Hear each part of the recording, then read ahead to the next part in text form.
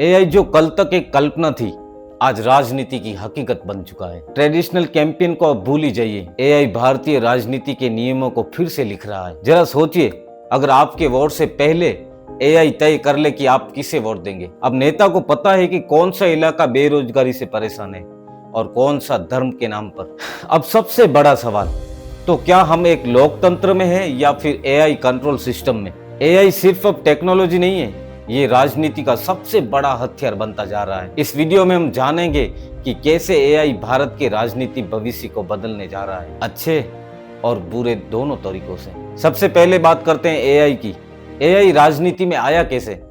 भारत जैसे विशाल लोकतंत्र में करोड़ों वोटर्स हैं, उनकी सोच, पसंद, गुस्सा और भावनाएं अब डेटा के रूप में रिकॉर्ड होती है और एआई उसे बिल्कुल सही तरह से समझता है। एग्जाम्पल के तौर पर 2024 के चुनाव में कई नेताओं के भाषण एआई से अलग अलग भाषाओं में कन्वर्ट किए गए।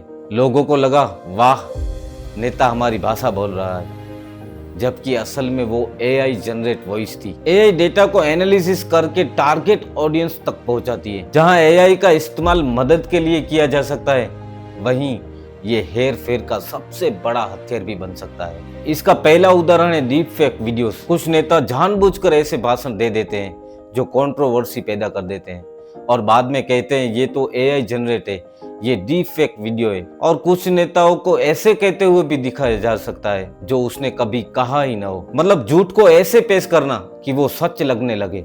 एआई से कुछ ही घंटों में कोई भी चीज को ट्रेंड किया जा सकता है और ट्रेंड नंबर 1 बना सकते हैं। लाखों फेक अकाउंट्स एक ही पार्टी की तारीफ या किसी विरोधी पार्टी पर हमला कर सकते हैं और आम आदमी को लगता है पूरा देश यही सोच रहा है, जबकि सब कुछ एक एल्गोरिदम का खेल है। अब सबसे बड़ा सवाल है, जब इतना कुछ हो रहा है तो क्या एआई को लेकर भारत में कोई कानून है? जवाब है नहीं।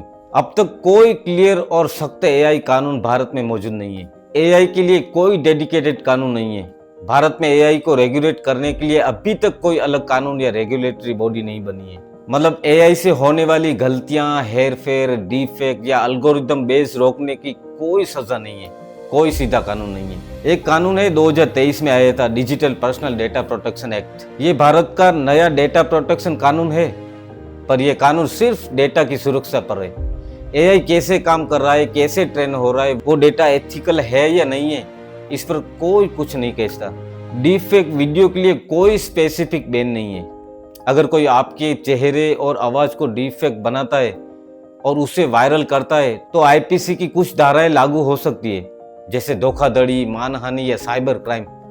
लेकिन एआई को रोकने वाला सीधा तकनीकी और अद्यतन कानून है ही नहीं। सरकार ने 2023 में एक रिपोर्ट जारी की थी कि एआई को रेगुलेट करना चाहिए। नीति आयोग ने भी एक एआई पर रिस्पॉन्सिबल एआई नाम की रिपोर्ट दी है, लेकिन ये सब सिफारिशें हैं, कानून नहीं।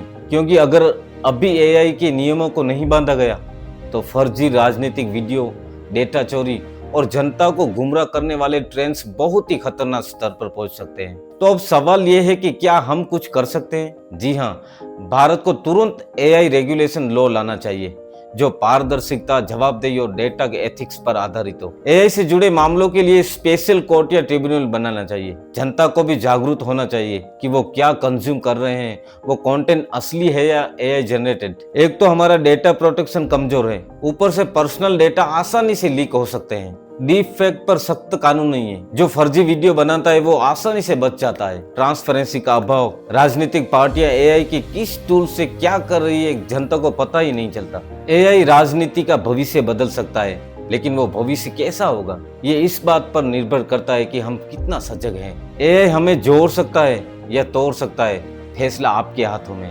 अगर वीडियो पसंद आए तो लाइक करें, नीचे कमेंट में जरूर बताएं आपको क्या लगता है, एआई लोकतंत्र को बचाएगा या मिटाएगा।